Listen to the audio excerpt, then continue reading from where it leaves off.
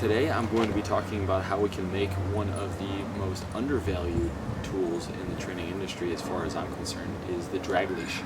I use a drag leash literally every day with raising my puppy, but I also use them very, very often in training adult dogs who need a little bit more supervision or are not ready for completely off-leash behavior without wanting to have them drag a 6-foot leash around my house that gets tangled up in my feet, my chairs, their own feet, and the rest of our everyday lives inside the home.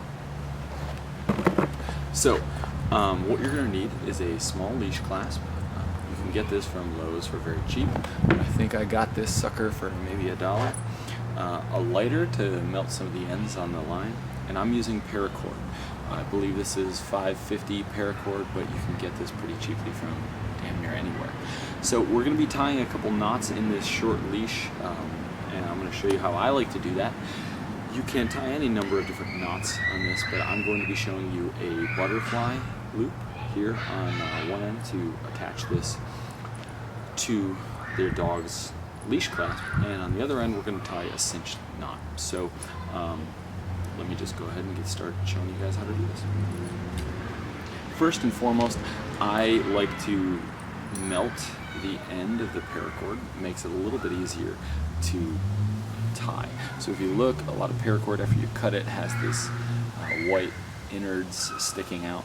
So just pinch anywhere in a line, drag it down to the end, and you should find that some of the outer casing extends past the white line on the inside.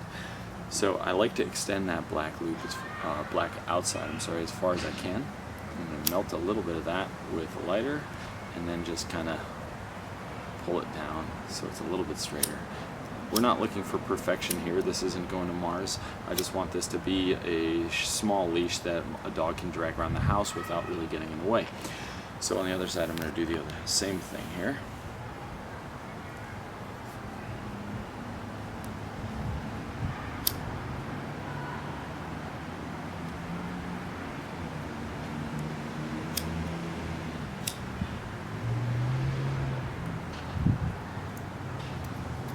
Okay.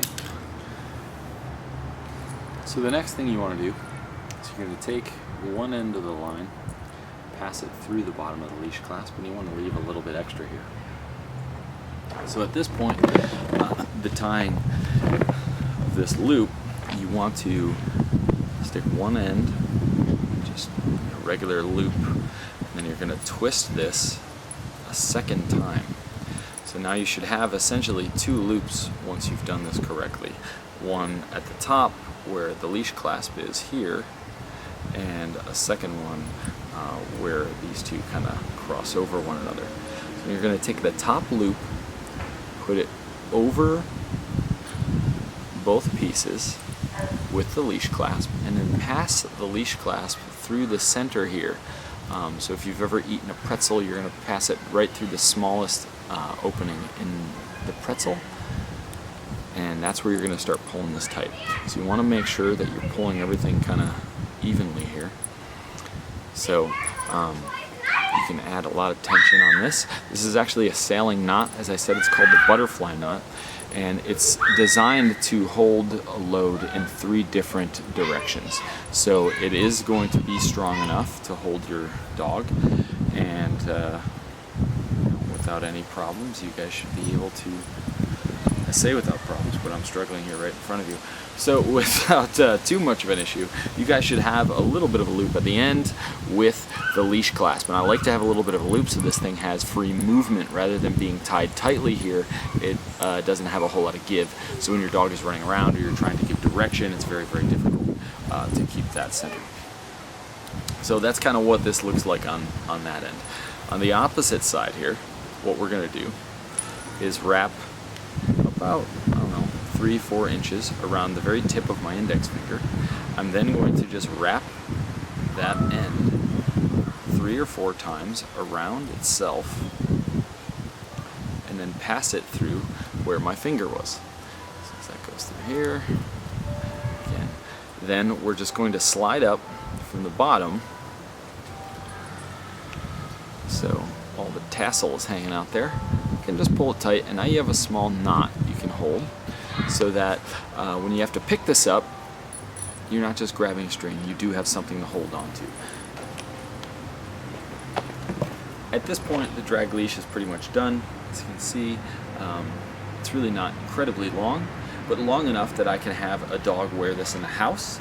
And when people come over, I don't have to worry about, hey, where's my dog's leash? Where's his collar? Well, he's already wearing it, right? And now I don't have a leash that's so long when he's wearing it around my house that I'm tripping and he's correcting himself simply because he steps on it or it gets caught underneath a chair, things like that.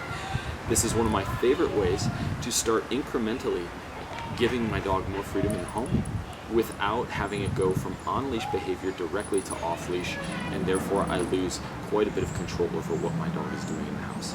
So I hope you guys found this informative, and if you have any questions, feel free to send them to me. Otherwise, enjoy the rest of your day, and I'll talk to you guys later.